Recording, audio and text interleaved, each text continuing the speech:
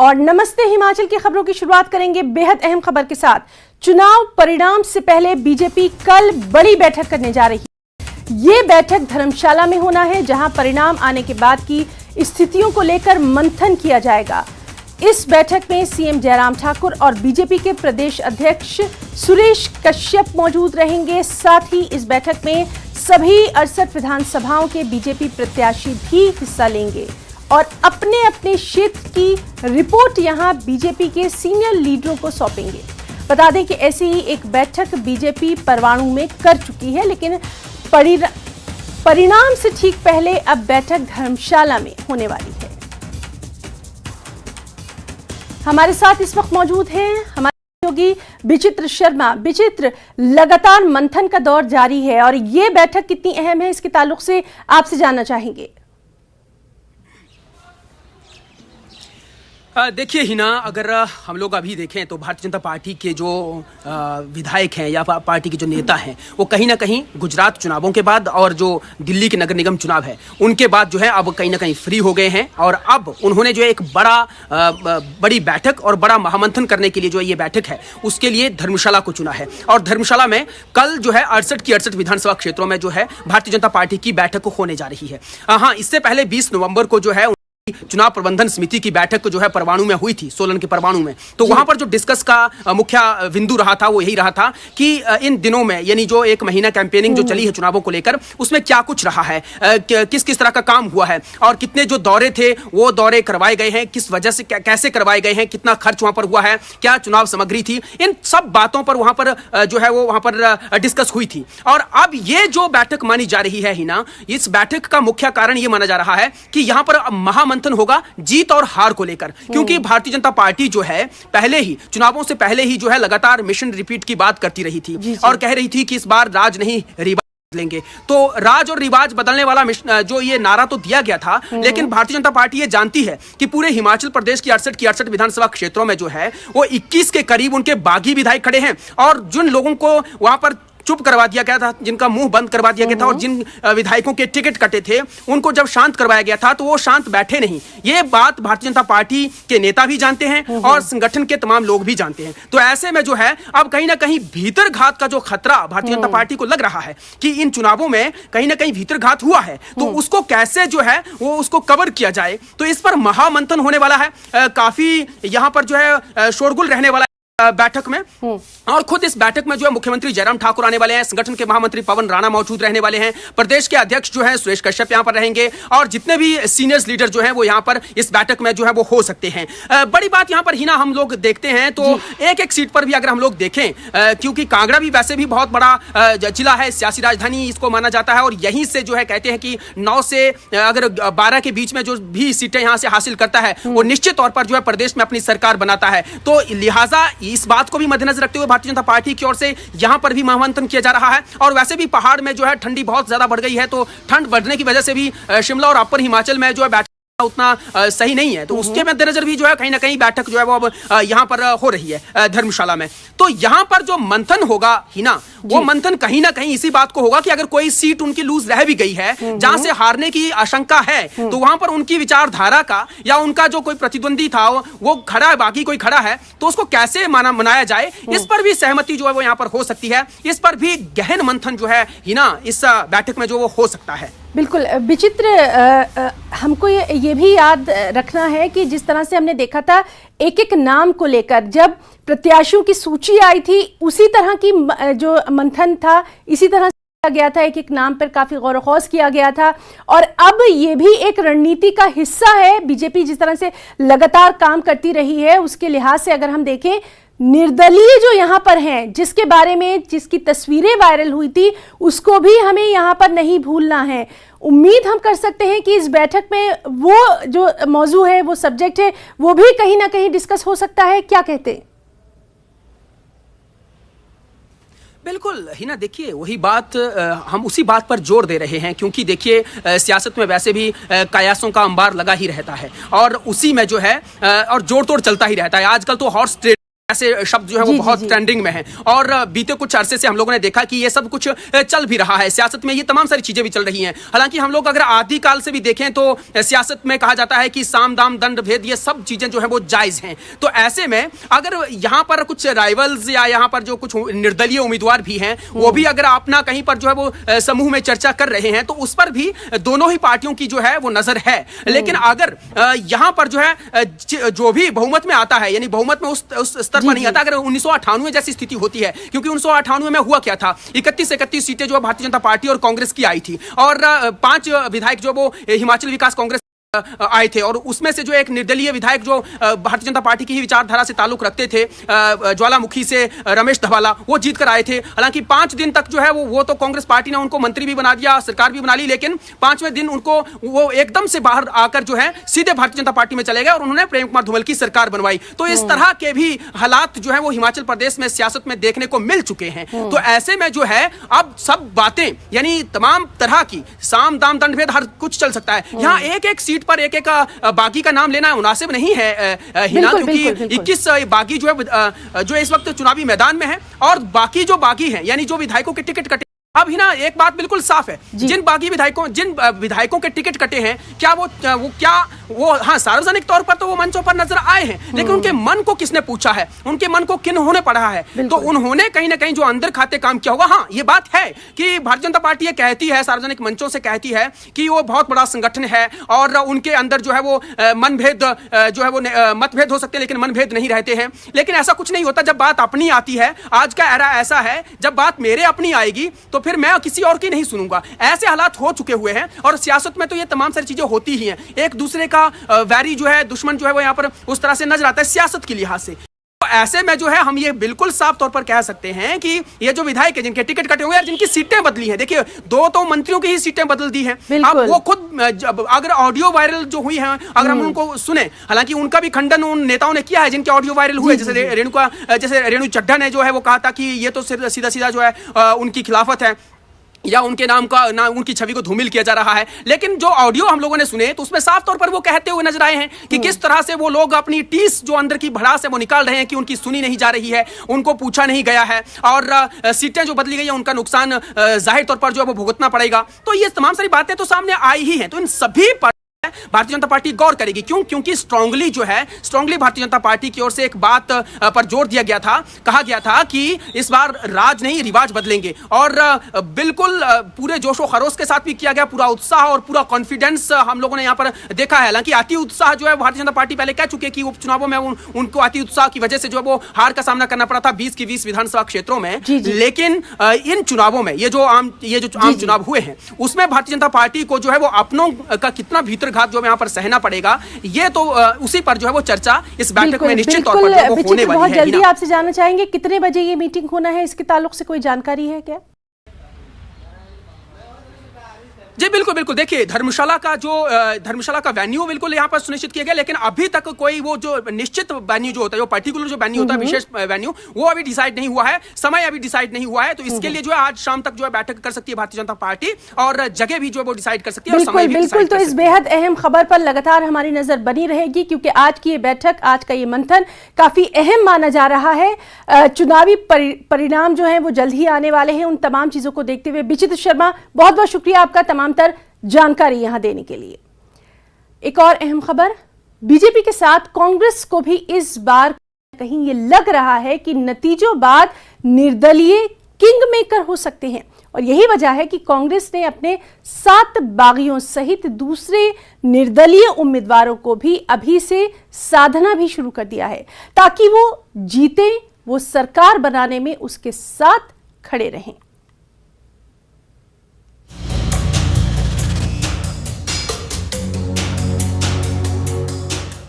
7 बागियों को साधने में जुटी कांग्रेस, बागियों से संपर्क में जुटे बड़े नेता, कम सीटें आने पर काम आएंगे बागी।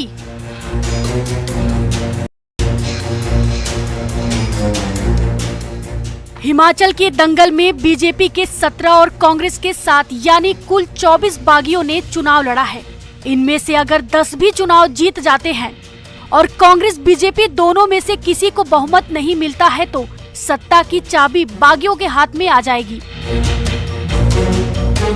यही वजह है कि कांग्रेस नतीजों से पहले ही अपने साथ बागियों को अपने साथ लाने में जुट गई है। विश्वास है कि हमारी जो है वो 2/3 की बहुमत के साथ कांग्रेस पार्टी की सरकार बनेगी, मगर अगर तब भी कुछ 19-20 का अगर फर्क रह जाए तो उसके लिए भी तरीके से तैयार है। जो हमारे आज़ाद प्रत्याशी है उनके साथ भी लगातार पार्टी का शीर्ष नेतृत्व उनके साथ भी वार्तालाप कर रहा है।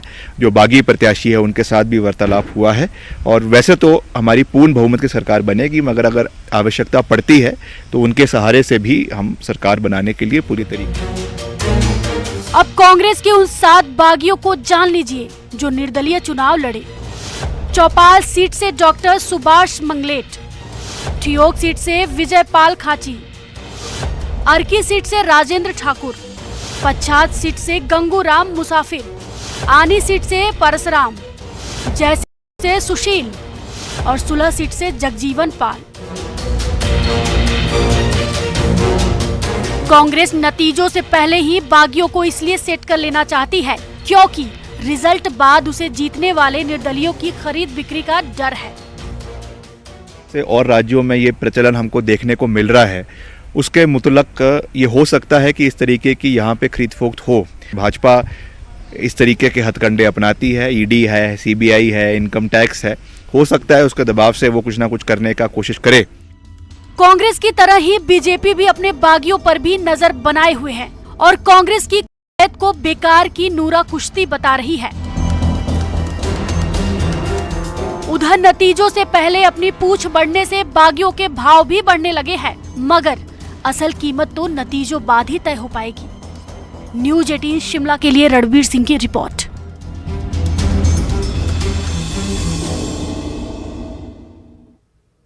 भाजपा प्रदेश महामंत्री त्रिलोक जामवाल ने कांग्रेस पर हमला बोला और कहा कि कांग्रेस जिस तरह से बयानबाजी कर रही है उससे लगता है कि वो पहले ही हार मान चुकी है। भारतीय जनता पार्टी हिमाचल प्रदेश में पूर्ण बहुमत के साथ पुनः अपनी सरकार बनाने जा रही है। जैसे ही 8 तारीख को नतीजे आएंगे बिल्कुल क्रिस्टल क्लियर हो जाएगा कि भारतीय जनता पार्टी को पूर्ण मेजॉरिटी प्राप्त हुई है। जहां तक कांग्रेस का प्रश्न है, कांग्रेस ये जो कह रही है कि उन्होंने अपने बागियों से बात कर ली है, इसका स्पष्ट मत है कि कांग्रेस को अब अंदेशा हो गया है कि उनको मैंडेट नहीं मिल रहा है, इसलिए कांग्रेस पहले ही हार मान चुकी है। यहां रुकना चाहेंगे एक छोटे से ब्रेक के लिए।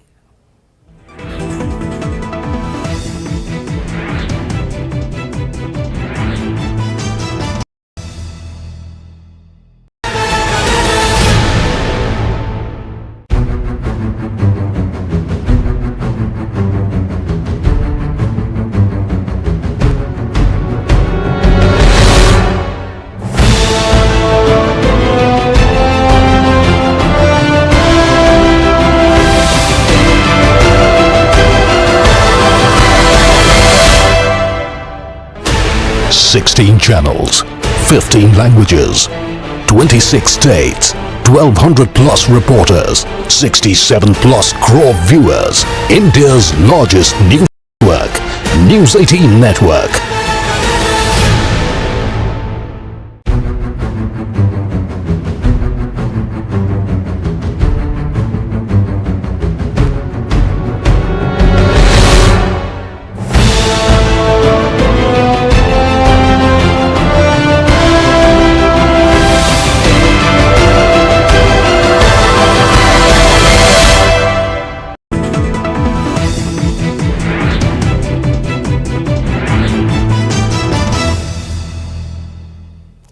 ब्रेक के बाद नमस्ते हिमाचल में एक बार फिर से आपका बहुत स्वागत करते हैं। में राज्यपाल राजेंद्र विश्वनाथ आर्लेकर ने डिजिटल क्राइम और फॉरेंसिक साइंस के राष्ट्रीय सम्मेलन का शुभारंभ किया। इस सम्मेलन का मुख्य उद्देश्य डिजिटल क्राइम और फॉरेंसिक साइंस के माध्यम से उनके बचाव की जानकारी साझा करना है। इस अवसर पर राज्यपाल आर्लेकर ने कहा कि आज का युग डिजिटल युग है और हर व्यक्ति किसी न किसी माध्यम से इससे जुड़ा हुआ है, इसलिए लोगों को इसके सही प्रयोगों की जानकारी होना आवश्यक है। अभी क्राइम, फिजिकल क्राइम यहां तक सीमित नहीं रही है। डिजिटल क्राइम आपके अपने जीवन की बहुत बड़ा हिस्सा बन चुकी है। और डिजिटल क्राइम्स या साइबर क्राइम्स वो किसी भी समय हो सकता है कि जैसे कि यहां अपने मान्यवरों ने कहा, हर एक के हाथ में मोबाइल होता है, कुछ ना कुछ इलेक्ट्रॉनिक एपैरेटस होता है, कुछ ना कुछ डिवाइस होता है, and that is the source of this crime. Though it is a source of information, it is also a source of crime. So we have to be more careful. इसके बारे में ज्यादा सावधानी हमको बरतनी होगी. Whether it will lead us to something else which we do not aspire, which we do not think to be. इसलिए इसके बारे में सतर्क रहने की आवश्यकता है. तो इसलिए हमको ये देखना पड़ेगा कि आज के इस आने वाले जमाने में हम इस टेक्नोलॉजी का किस ढंग से उपयोग करने के लिए आगे बढ़ेंगे. आजकल तो यहां पूरे देश में, विश्व में एक चर्चा और एक चल रही है क्रिप्टो करेंसी की. उसमें क्या हो रहा है आप सब जानते हैं. I am not a person who know everything about this. मैं टेक्निकल एक्सपर्ट भी नहीं हूं. लाहौल स्पीति से कांग्रेस प्रत्याशी रवि ठाकुर ने शुक्रवार को अपना 61वां जन्मदिन मनाया. इस अवसर पर उन्होंने कहा कि अब वो 61वें वर्ष में प्रवेश कर चुके हैं. उनकी हमेशा कोशिश रहेगी कि माता पिता के बताए मार्ग पर चलें. इसके साथ ही रवि ठाकुर ने समस्त जनता और समर्थकों का आभार भी व्यक्त किया.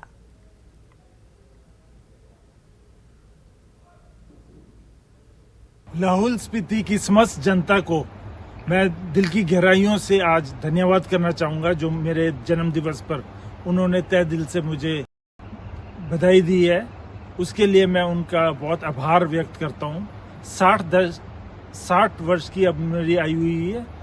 6 दशक हमने पूरे किए हैं और अब मैंने एज वरिष्ठ नागरिक, सीनियर सिटीजन अपने जीवन की शुरुआत की है. उसमें मेरी यही कोशिश रही है कि जैसे पहले अपने समाज के लिए, जीवन शैली के लिए, धार्मिक और हमारे पॉलिटिकली हमारे लाहौल स्पीति की जनता को संजोगने का मैंने काम करा है. आगे भी मैं अपने माता पिता के कदम पर चलकर आगे भी इसे करता रहूंगा. यही मैं जनता से कहना चाहता हूं. धन्यवाद. भारतीय किसान संघ 19 दिसंबर को दिल्ली के रामलीला मैदान में किसान गर्जना रैली करने जा रहा है. भारतीय किसान संघ हिमाचल प्रदेश के प्रदेश महामंत्री सुरेश ठाकुर ने शिमला में प्रेस कॉन्फ्रेंस कर जानकारी दी कि सरकार किसानों की मांगों को पूरा करने में फेल हुई है, जिसके खिलाफ देश भर के 2 लाख के करीब किसान दिल्ली के रामलीला मैदान में एकत्रित होकर किसान गर्जना रैली करेंगे. 19 दिसंबर के इस प्रदर्शन में प्रदेश के लगभग 1200 किसान दिल्ली कूच करेंगे. उन्होंने कहा कि किसानों की मांग है कि किसानों को लागत के आधार पर लाभकारी मूल्य दिया जाए. कृषि यंत्रों, उर्वरकों और कीटनाशकों को जीएसटी के दायरे से बाहर रखा जाए.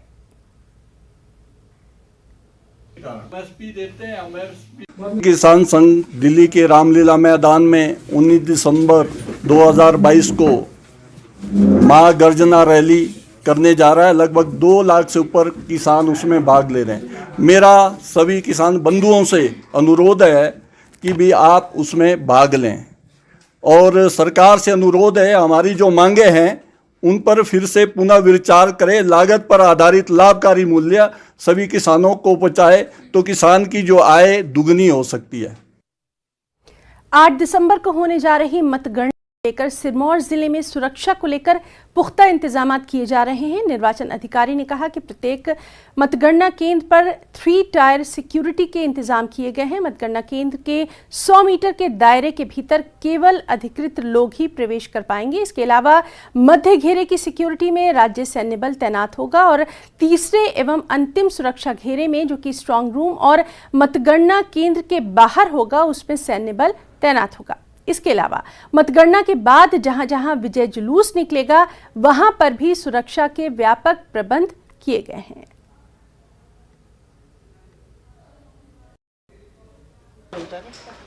सभी हमारे 5 विधानसभा क्षेत्रों की मतगणना जो है वो विधानसभा क्षेत्रों के हेडक्वार्टर पे की जाएगी. वहाँ पे जो डिग्री कॉलेजेस हैं, स्कूल्स हैं, उसमें की जाएगी और इसको लेकर व्यापक हमारा सिक्योरिटी अरेंजमेंट रहेगा.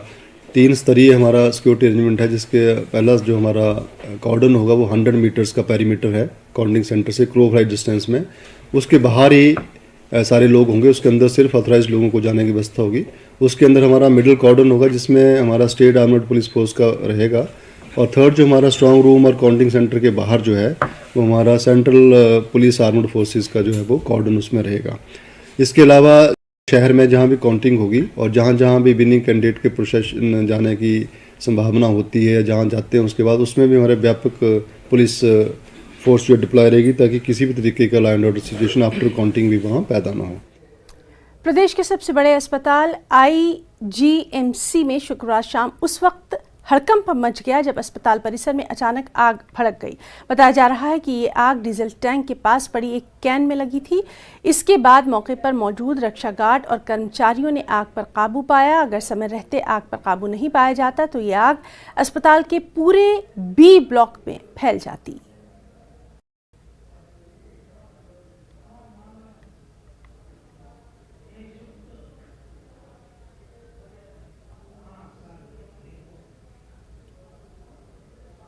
कुल्लू के विश्व प्रसिद्ध गांव मलाड़ा में भीषण आग लगी। आग में एक घर जलकर राख हो गया। किसी तरह घर के पास बंधे 30 से ज्यादा भेड़ बकरियों को बचाया गया। अगर आग हेती देवी नाम की महिला के घर में लगी। आग से करीब 15 लाख रुपए का सामान जलकर राख हो गया।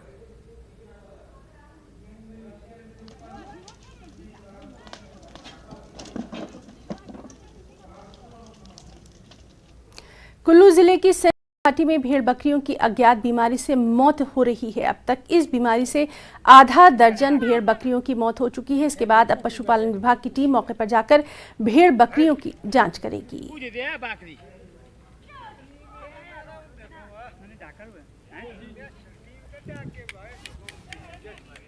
मैं सरकार से अर्ज करता हूं कि हमारे गांव में शक्ति मरोड़ व मजान लपा जो भी भेड़ पालतू है उसमें बीमारी हो गई है। इससे हम सरकार से अनुरोध करते हैं कि इस डॉक्टर की टीम जल्दी से जल्दी भेजा जा सके।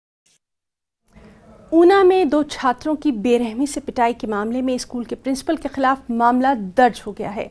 नल तोड़ने के शक में धमांद्री गांव के सरकारी स्कूल के प्रिंसिपल ने 2nd क्लास के 2 स्टूडेंट्स की बुरी तरह से पिटाई कर दी थी। इसके बाद दोनों स्टूडेंट्स को इलाज के लिए अस्पताल में भर्ती कराया गया। पुलिस ने आरोपी प्रिंसिपल के खिलाफ जांच शुरू कर दी है। मामले की विभागीय जांच के लिए शिक्षा उप निदेशक भी स्कूल पहुंचे और बाकी स्टाफ से भी उन्होंने पूछताछ की।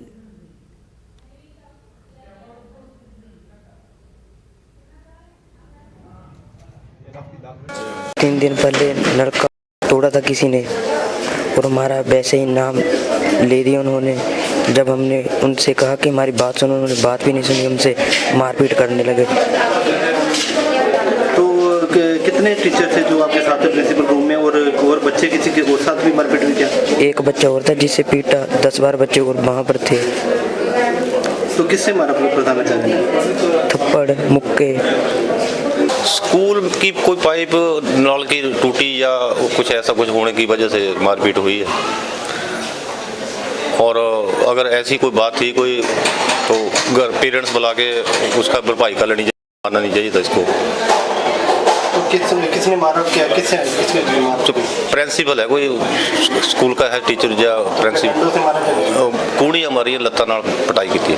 जब औरों से मुझे पता चला कि इस तरह की कोई वारदात हुई है और एक लड़का जो प्रिंस +2 धमांदड़ी का है वो ऊना हॉस्पिटल में एडमिट भी है, तो मैं एक मैसेज डालने के बाद वहाँ लगभग 9:15 बजे हॉस्पिटल में मैंने बात की। लड़के की स्थिति जो है वो ठीक है, वहाँ उन्होंने एक्सरे वगैरह करवाए हैं, तो ऐसी बात नहीं है, लड़के को कोई उस तरह बात नहीं है, लेकिन वो हॉस्पिटल में जरूर।